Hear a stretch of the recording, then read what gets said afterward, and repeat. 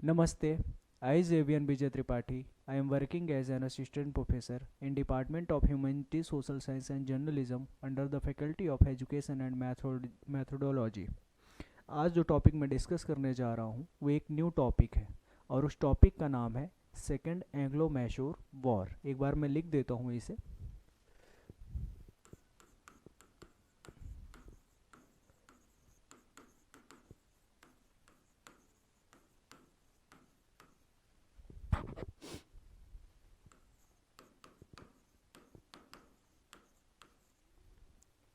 Second Anglo Mysore war. Second Anglo Mysore war.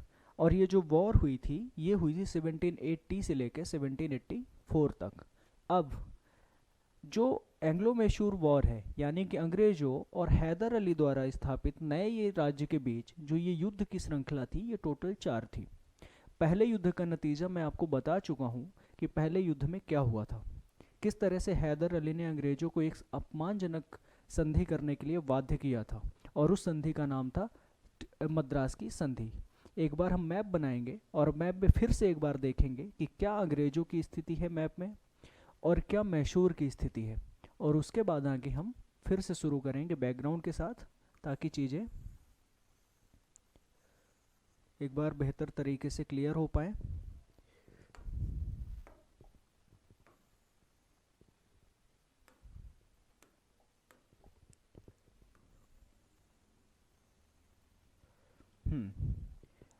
अब ये है निजाम का क्षेत्र, ये है मैसूर,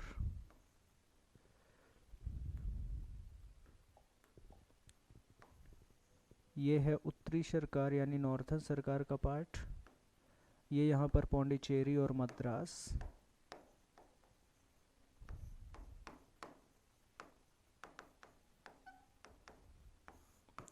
नॉर्दर्न सरकार, हैदराबाद, मैसूर। ये आपने इसमें मैप में देख लिया। अब इसको समझते हैं कैसे। मैसूर में जो मैसूर राज्य था उसका अब वास्तविक शासक हैदर अली बन चुका था और उसने फर्स्ट एंग्लो मैसूर वॉर में अंग्रेजों को हरा भी दिया था। साथ ही इसी टाइम पर मैसूर के और अन्य दुश्मन भी थे जिन्हें उसने कूटनीति का सहारा लेके अपनी तरफ मिला लिया था। उनमें एक थे मराठे और दूसरे उनके पड़ोसी राज्य या फिर पूर्वी क्षेत्र में उपस्थित नॉर्थ ईस्ट में उपस्थित निजाम का राज्य था जिसे हैदराबाद के नाम से हम जानते हैं। अब मद्रास की संधि अंग्रेजों के लिए एक अपमानजनक संधि थी क्योंकि इनमें वो बातें मानी गई थी जो कि हैदर अली चाहता था। अब इस संधि के तहत दोनों राज्यों ने या फिर कहें कि मद्रास की ईस्ट इंडिया कंपनी और मैसूर के बीच जो मद्रास की संधि हुई थी उसके तहत दोनों राज्य एक दूसरे के बंदी बनाए गए सैनिकों को या फिर प्रिजनर्स को छोड़ देंगे। पहला पॉइंट संधि का ये था। दूसरा पॉइंट इस संधि का ये था कि एक दूसरे के द्वारा जीते गई टेरिटरीज को भी वो छोड़ देंगे, वापस कर देंगे। साथ में तीसरा पॉइंट इसमें यह था कि कभी भी ऐसी अगर परिस्थिति उत्पन्न हो जाए दोनों राज्यों के बीच या स्पेशली मैसूर के सामने, क्योंकि मैसूर के दुश्मन और भी थे, अंग्रेजों के अलावा भी थे, तो हैदर अली का पॉइंट था कि अगर कभी फ्यूचर में हमारे सामने कोई ऐसी विषम परिस्थिति उत्पन्न हो या फिर मैसूर किसी दूसरे पड़ोसी राज्य के साथ या अन्य दुश्मन देश के साथ युद्ध में उलझा हुआ है, उस परिस्थिति में ब्रिटिशर्स उसको असिस्ट करेंगे या फिर उसकी हेल्प करेंगे हर तरीके से। ये 3-4 पॉइंट थे जो कि शामिल किए गए। अब इसमें एक चीज़ था कि जो टेरिटरी एक्सचेंज हो रही थी जीती हुई, उसमें यह था कि हैदर अली ने एक ऐसा क्षेत्र जो कि काफ़ी उपजाऊ क्षेत्र था उसे अंग्रेजों को देने से मना कर दिया। बस यही एक पॉइंट था जिसकी वजह से अंग्रेजों को के लिए अपमानजनक संधि थी। चूँकि संधि अंग्रेजों की मजबूरी थी, अगर वो बढ़त में होते तो वो संधि कभी नहीं करते, उनकी मजबूरी थी क्योंकि हैदर अली की सेनाएं मद्रास के सेंट फोर्ट डेविड तक पहुंच चुकी थी और उसको चारों तरफ से घेर लिया था। अंग्रेजों के पास दूसरा कोई ऑप्शन नहीं था, इसलिए मजबूरी में उन्होंने इस अपमानजनक संधि को स्वीकार कर लिया। अब इसको कैसे समझेंगे आगे कि क्या ऐसी परिस्थितियां उत्पन्न हुई कि अंग्रेजों और मैसूर के बीच में फिर से दुश्मनी हो गई और फिर से इन्हें युद्ध लड़ना पड़ा। तो उसका जो रीजन है वो इसी मद्रास संधि में ही निहित है। अब आने वाले समय में हुआ ऐसा कि जो मराठे हैं, जो मराठे उन्होंने मैसूर राज्य में 1764, 1766 और 1771 में हमले किए। अब ये जो दो हमले थे ये थे फर्स्ट एंग्लो मैसूर वॉर के पहले हुए हमले, और ये जो हमला है ये हमला है फर्स्ट एंग्लो मैसूर युद्ध के बाद का हमला, बाद हुआ हमला। अब इसमें हुआ ऐसा कि संधि क्या कहती है, जो संधि थी ट्रीटी ऑफ मद्रास की, ये संधि क्या कहती है कि एक दूसरे को असिस्ट करेंगे, कहीं पर भी जरूरत होगी तो असिस्ट करेंगे। इस संधि के तहत जब मराठों यानी कि माधवराव फर्स्ट ने जब मैसूर में हमला किया, जब मैसूर में माधवराव ने हमला किया, उस टाइम पे संधि के तहत ब्रिटिशर्स जो कि मद्रास में है, ईस्ट इंडिया कंपनी जो कि मद्रास में है, वो मदद के लिए पहुंचने चाहिए थी। किसकी? हैदर अली की, क्योंकि संधि है दोनों के बीच में कि अगर ऐसी परिस्थिति होती है कि कोई बाहरी राज्य मेरे ऊपर हमला करता है तो उस टाइम पर हम क्या करेंगे, एक दूसरे की सहायता करेंगे। तो जब मराठों ने हैदर अली के ऊपर हमला किया तो इस परिस्थिति में ईस्ट इंडिया कंपनी को मदद करने जाना चाहिए था। युद्ध शुरू हुआ। चूंकि मराठे काफी स्ट्रांग थे, और मैं आपको पहले भी बता चुका हूं कि 1761 की जो हार मिली थी उन्हें, 1761 की हार को भुला के काफी आगे निकल चुके थे, और माधवराव के नेतृत्व में, पेशवा माधवराव के नेतृत्व में उन्होंने नॉर्थ के अपने हारे हुए क्षेत्रों को वापस जीत लिया था, और साथ ही उन्होंने दक्षिण भारत में भी अन्य क्षेत्रों पर अपने हमले करने शुरू किए। यानी कि उन्होंने निजाम को भी लोहे के चने चबा दिए, और साथ में मैसूर, और साथ में उन्होंने इस टाइम तक काफी क्षेत्रों को अपने राज्य में उन्होंने जीतकर मिला लिया था। अब माधवराव जो हैं, इन्होंने फिर से मैसूर में हमला किया। जब इन्होंने मैसूर में हमला किया तो उस टाइम पर हैदर अली इतना कैपेबल नहीं था कि मराठों का सामना कर सके। अब मराठों की क्या पॉलिसी, वो बहुत बड़ी एक सेना लेके, घुड़सवार सेना लेके जाते थे, हमला करते थे। अगर उन्होंने पहले हमले में उनको थोड़ी सी शिकस्त मिली तो वो फिर से पीछे होते थे और अपनी पूरी तैयारी के साथ, और जब तक सामने वाला तैयार होगा तब तक ये दोबारा हमला कर देते थे। इससे क्या होता था कि ये मजबूर कर देते थे सामने वाले राज्य को कि इनको पैसे चाहिए, इनको लूटना ही है, यानी कि इनको चौथ और सरदेश मुखी चाहिए ही चाहिए। इस बात से हैदर अली परेशान ही था, बड़े हमले झेड़े थे इसने मराठों के। इस टाइम पे ईस्ट इंडिया कंपनी ने मदद करने से मना कर दिया। कहने का सीधा सीधा मतलब है कि ट्रीटी ऑफ मद्रास को इन्होंने ईस्ट इंडिया कंपनी ने मानने से इनकार कर दिया। क्या कर दिया? इनकार कर दिया। अब अंग्रेजों ने जब ऐसी हरकत की तो हैदर अली को बात समझ आ गई कि ब्रिटिशर्स लॉयल नहीं है, ये दे आर नॉट फेथफुल, इन पे कोई भरोसा करना ठीक नहीं है, बल्कि इनकी जगह पर इसके लिए जो फ्रूटफुल या फिर यूजफुल हो सकते हैं, सिद्ध हो सकते हैं, वो है फ्रांसीसी। अब यहां पर समझते हैं कैसे। इसी टाइम पर जब मैं बात कर रहा हूं 1773-4 की, तो इसी टाइम पर अमेरिका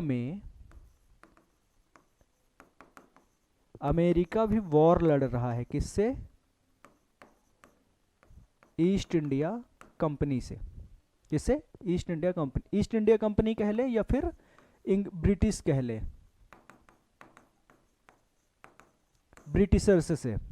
वो भी अपनी आज़ादी की लड़ाई लड़ रहा है। वहाँ विद्रोहियों ने आज़ादी की लड़ाई छेड़ दी है और वहाँ पर ब्रिटेन फंसा हुआ है। अब देखना यह है कि जब अमेरिका इस टाइम पर लड़ाई लड़ रहा है अपने स्वतंत्रता की, उस टाइम पे फ्रांसीसियों ने विद्रोहियों का साथ दिया, यानी अमेरिका में उन्होंने ब्रिटिशर्स के अगेंस्ट साथ दिया। किसका? विद्रोहियों का। इस वजह से ब्रिटिशर्स फ्रांसीसियों से खुंदस खाए हुए थे। अब दूसरी तरफ हुआ ऐसा कि मैसूर ने यह देखा कि हमारे लिए फ्रांसीसी ज़्यादा इंपॉर्टेंट हो सकते हैं और हमें जो भी नीड है फ्रांसीसियों के द्वारा अपनी पूरी कर सकते उस नीड को। तो हैदर अली ने इनके साथ दोस्ती बढ़ानी शुरू की। अब आपको ये बता दूं कि कर्नाटिक वॉर में ऑलरेडी फ्रांसीसियों को अंग्रेजों ने हरा दिया है, और वो 3 जो कर्नाटिक वार हुए उसमें फ्रांसीसी बुरी तरह से हार चुके थे। और हारने के बाद भारत में उनका जो राज्य था वो दक्षिण भारत में सिर्फ पांडिचेरी तक ही सीमित था, और वो पांडिचेरी वर्तमान में भी 4 जिलों से मिलकर बनता है। उसका एक जिला पड़ता था यहाँ पर, यानी कि आज वर्तमान में कर्नाटक और केरला के ऊपरी क्षेत्र में माहे नाम का एक जिला है, वहां पर फ्रांसीसी थे। अब भारत के नक्शे में इस वाले जो एरिया को हम बोलते हैं कोरोमंडल तट, मालाबार तट, और इस वाले एरिया को बोला जाता है कोरोमंडल तट। अब जो कोरोमंडल तट के तहत जो व्यापार होगा वो पूर्वी एशिया के साथ होगा, और उस टाइम पे वो भी गरीब और छोटे छोटे आइलैंड्स ही थे। फायदे का सौदा होता था मालाबार तट से होने वाले व्यापार में। मालाबार तट से होने वाला व्यापार अरब क्रॉस करते ही अफ्रीका, और ये थोड़ा सा और घूम के अटलांटिक ओशियन से होके पहुंच जाता था अमेरिका भी और यूरोप भी। तो व्यापार इधर वाला फायदेमंद था। ब्रिटिशर्स की नज़र उसी माहे के उसी बंदरगाह में लगी हुई थी। अब इसी बीच फ्रांसीसियों ने इसकी सहायता करनी शुरू की। जब हैदर अली को लगा कि अंग्रेज उसके लिए ठीक नहीं है, तो उसने अपनी नज़दीकियाँ किसके साथ बढ़ानी शुरू की? हैदर अली के साथ। अब फ्रांसीसियों के साथ। उसने देखा कि फ्रांसीसी उसकी फैक्ट्री में बनने वाले गन के लिए जो रॉ मटेरियल चाहिए और साथ में बनने वाली तोपों के लिए जो बारूद की नीड है वो फ्रांसीसी पूरी कर सकते हैं। अब उसने क्या बुक किया कि जो माहे जो कि मैसूर स्टेट के प्रोटेक्शन में आता था, उसी माहे के थ्रू उसने लेड, साल्ट पीटर और गन्स को बनाने के लिए जो रॉ मटेरियल की नीड थी वो फ्रांस से मंगाना, इंपोर्ट करना शुरू किया। ये जानकारी अंग्रेजों को थी। अब अंग्रेजों को ये था कि एक तरफ अमेरिका उनके हाथ से निकला जा रहा है, अमेरिका तो निकले ही जा रहा है। अब उनके हाथ में जो सबसे बड़ा उस टाइम पे देश लगा था वो भारत था, इंडिया। अब वो कोई रिस्क लेना नहीं चाहते थे, तो उन्होंने पूरी ताकत से अब इस टाइम पर क्या किया कि ये डिसाइड किया कि मैसूर को यानी कि हैदर अली को दबाना जरूरी है।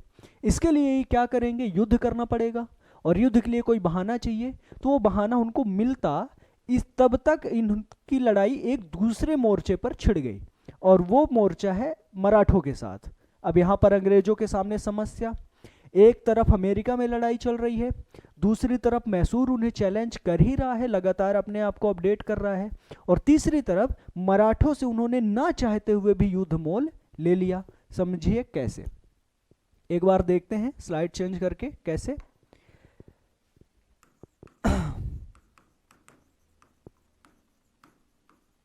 एंग्लो मराठा वॉर किसके किसके बीच हुई? मराठा और किसके बीच? East India company, Bombay presidency वाली ईस्ट इंडिया कंपनी के बीच। और ये बैटल का जो टाइम पीरियड है, ये टाइम पीरियड है 1775 टू 82। अब इस टाइम पे भारत में जो सबसे बड़ी पावर है कोई अगर मुगलों के बाद, तो वो मराठे ही थे। और मराठे चूंकि अब तो जब ये युद्ध शुरू हुआ तब तो मराठे आंतरिक कलह से जूझ रहे थे, लेकिन जब तक माधवराव फर्स्ट यानी कि बाजीराव फर्स्ट के बाद आते हैं बालाजी बाजीराव, और उनकी जब सदमे से मौत हो जाती है 1761 के वॉर को वो झेल नहीं पाते, सदमे से मौत होती है, तब उनके दूसरे नंबर के बेटे माधवराव को मराठों का पेशवा बनाया गया।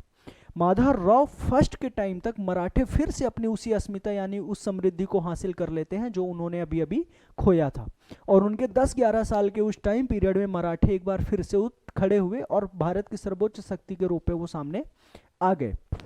लेकिन यहाँ पर देखने वाली बात यह है कि जैसे ही माधवराव की मौत हुई, यानी कि 1772 में उनकी टीबी ट्यूबरकुलोसिस से उनकी मौत हो गई। अनफॉर्चुनेटली बहुत बड़े योद्धा थे वो। उनकी मौत के बाद नारायण राव को पेशवा बनाया गया। अब यहां पर ध्यान दीजिए कि बालाजी बाजीराव के 3 बेटे थे। पहले थे विश्वास राव जिनकी 1761 के पानीपत के युद्ध के मैदान में ही मौत हो चुकी है। दूसरे थे माधवराव जिनकी अनफॉर्चुनेटली टीबी से मौत हो चुकी है, और तीसरे बेटे थे नारायण राव जो अब पेशवा बनने जा रहे हैं। इस टाइम तक जो रघुनाथ राव थे, रघुनाथ राव काफी महत्वाकांक्षी हो चुके थे। चूंकि मराठा साम्राज्य को, मराठा एम्पायर को बनाने में रघुनाथ राव का बड़ा रोल था, इसलिए वो पेशवा बनना चाहते थे। अब पेशवा बनने के लिए उन्होंने नारायण राव का विरोध किया, लेकिन नाना फडणवीस और महाजी सिंधिया की मदद से इनको नारायण राव को पेशवा बना दिया गया। लेकिन थोड़े ही टाइम बाद इनकी हत्या कर दी गई। हत्या करने के बाद रघुनाथ राव पेशवा बन गए। लेकिन जब इनकी हत्या हुई तब इनकी पत्नी गर्भवती थी, पेट से थी, और थोड़े ही दिनों बाद उन्होंने एक पुत्र को जन्म दिया और उस पुत्र का नाम रखा गया था माधवराव सेकंड। माधवराव सेकंड, या फिर उनको माधवराव नारायण राव के नाम से भी जाना जाता है। माधवराव सेकंड 40 दिन के ही हुए थे, 40 डेज के ओनली, 40 दिन। इसी बीच मराठा काउंसिल की बैठक बुलाई गई नाना फडणवीस के द्वारा, और उसके 12 के 12 मेंबर्स मिलके 40 दिन के इस नए बालक को अगला पेशवा नियुक्त किया। किसके संरक्षण में? तो नाना फडणवीस के संरक्षण में, नाना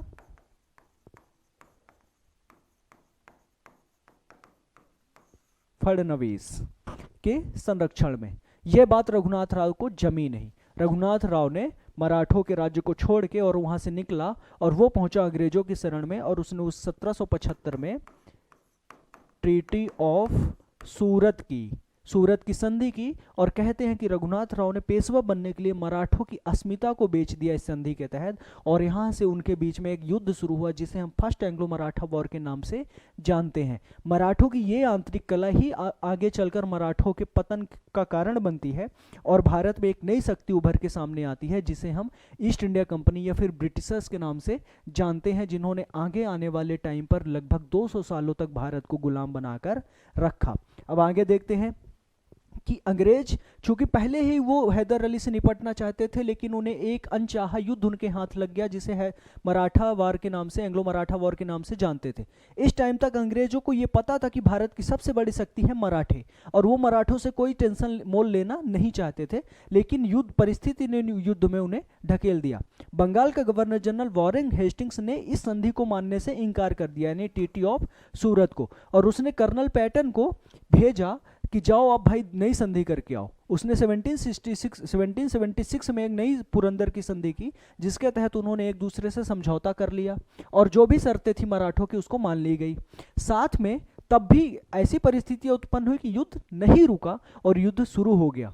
अब अंग्रेज एक तरफ मराठों से उलझे हुए हैं, तब उन्होंने इस टाइम तक उन्होंने हैदर अली यानी कि मैसूर की तरफ ध्यान नहीं दिया। वो जानते थे कि नया नया अभी इंग्लिश राज्य यहाँ पर स्थापित हुआ है और मराठों से उलझ के वो एक खतरा मोल ले रहे हैं, और मराठे कहीं ऐसा ना हो कि उनके सामने 20 पड़ जाएं और उनका जो अभी नया स्थापित राज्य यानी बंगाल से भी उनको निकाल के फेंक दिया जाए।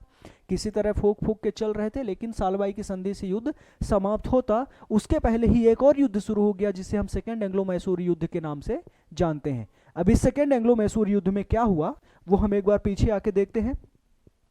सेकेंड एंग्लो मैसूर युद्ध शुरू हुआ था 1780 में, जब अंग्रेजों ने नॉर्थ सरकार के गुंटूर वाले क्षेत्र में, नॉर्थ सरकार यानी उत्तरी सरकार की गुंटूर वाले क्षेत्र में कब्जा करने की कोशिश की कर्नल बैली के नेतृत्व में।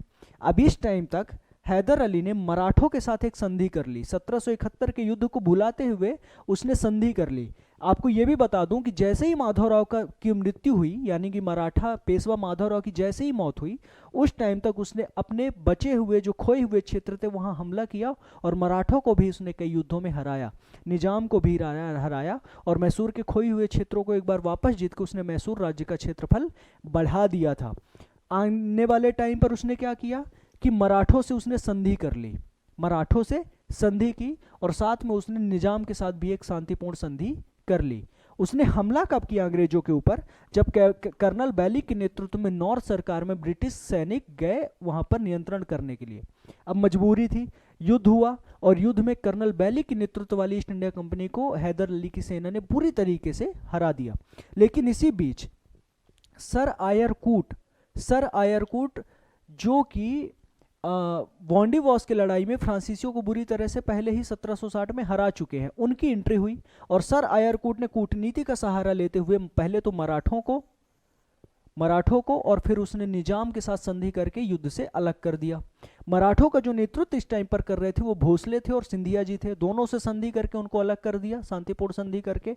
चूंकि इसी टाइम पर सिंधिया अभी अभी 1769 में 1779 में सिंधिया ने अभी अंग्रेजों को हराया है, लेकिन युद्ध अब ढलान में था इस युद्ध के बाद, तो उन्होंने संधि कर ली और वो युद्ध के मैदान से बाहर चले गए। निजाम से भी पीसपूर्ण संधि हो गई। अब हैदर अली अकेला बचा। कैप्टन पैराडाइज ने कैप्टन सर आयरकूट ने पोर्टो नोवो बैटल ऑफ पोर्टो नोवो में बुरी तरीके से हैदर अली की सेना को हरा दिया। हैदर अली की सेनाएं बुरी तरीके से जब हार गई तो उसके बाद उसने फिर से अपने सैनिकों को इकट्ठा किया और फिर से आगे बढ़ा, और जब कर्नल ब्रैथवेट अपनी सेना लेके आगे बढ़ा तो कर्नल ब्रैथवेट की सेना को हैदर अली की सेना ने बुरी तरीके से हराया, यानी कि 2 बार हैदर अली यहाँ पर बढ़त में था। लेकिन अनफॉर्चुनेटली यहाँ पर ऐसा हुआ कि लगभग 2 साल भी युद्ध खींचा नहीं था, यानी कि 1782 में पोर्टो नोवो का युद्ध हुआ और इसमें वो हार गया, और उसके बाद उसने कर्नल ब्रैथवेट के नेतृत्व वाली सेना को हराया। लेकिन अनफॉर्चुनेटली 60 साल की उम्र में कैंसर से उसकी मौत हो गई। हैदर अली के मरते ही उसको ये खबर बाहर लीक नहीं होने दी गई कि हैदर अली की मौत हो चुकी है। ये किया गया कि जब तक हैदर अली का बेटा टीपू सुल्तान ने सत्ता अपने हाथ में नहीं ले ली तब तक इस बात को छुपा के रखा गया। अब टीपू सुल्तान जब शासक बना तो उस युद्ध को वो जारी रखा। 1780 से लेके 82 तक लगभग 2 साल तक हैदर अली युद्ध में था और उसकी पोजीशन बेहतर थी। लेकिन 1782 से लेके 84 लगभग 1.5 से 2 साल का जो आगे का आने वाला टाइम पीरियड है, इस टाइम पर टीपू सुल्तान के हाथ में सेना की कमान थी और इस टाइम पर युद्ध जारी रहा, लेकिन कोई रिजल्ट नहीं निकला। जब दोनों पक्ष ने देखा कि युद्ध का कोई रिजल्ट आने वाले भविष्य में भी कोई रिजल्ट नहीं दिख रहा है, तब उन्होंने संधि करना ही उचित समझा और उन्होंने एक संधि की जिसे ट्रीटी ऑफ मंगलौर के नाम से जानते हैं, ट्रीटी ऑफ मंगलौर। और इसके तहत एक दूसरे के जीते हुए क्षेत्रों को वापस कर दिए गए और जो प्रिजनर्स थे उनको भी वापस कर दिए गए। हालांकि ये युद्ध भी कहीं ना कहीं मैसूर यानी हैदर अली या फिर टीपू सुल्तान के पक्ष में ही रहा, क्योंकि इसमें इन्होंने कुछ खोया नहीं बल्कि कुछ पाया ही। अब आने वाले टाइम पर 3rd युद्ध होगा, फिर 4th भी होगा, उसका डिस्कशन हम बाद में करेंगे। तो अब ये इसमें आपको समझ आ ही गया होगा कि 1st युद्ध के बाद कैसे 2nd में ये उलझते हैं, अंग्रेजों के सामने कैसी परिस्थिति है। एक तरफ वो अमेरिका में भी उलझे हुए हैं, दूसरा मराठों से भी उन्होंने युद्ध मोल ले लिया और तीसरा मोर्चा भी उन्होंने खोल लिया था 1780 में मैसूर के साथ। हालांकि वो माहे पे कंट्रोल नहीं कर पाए और वो फ्रांसीसी वापस से माहे पर कंट्रोल कर लेते हैं और इस तरह से जो परिस्थितियाँ युद्ध के पहले थी वही लगभग बनी रही और इस तरह से युद्ध समाप्त हुआ। अब इसके बाद हम अगले लेक्चर में मिलेंगे, तब तक के लिए धन्यवाद।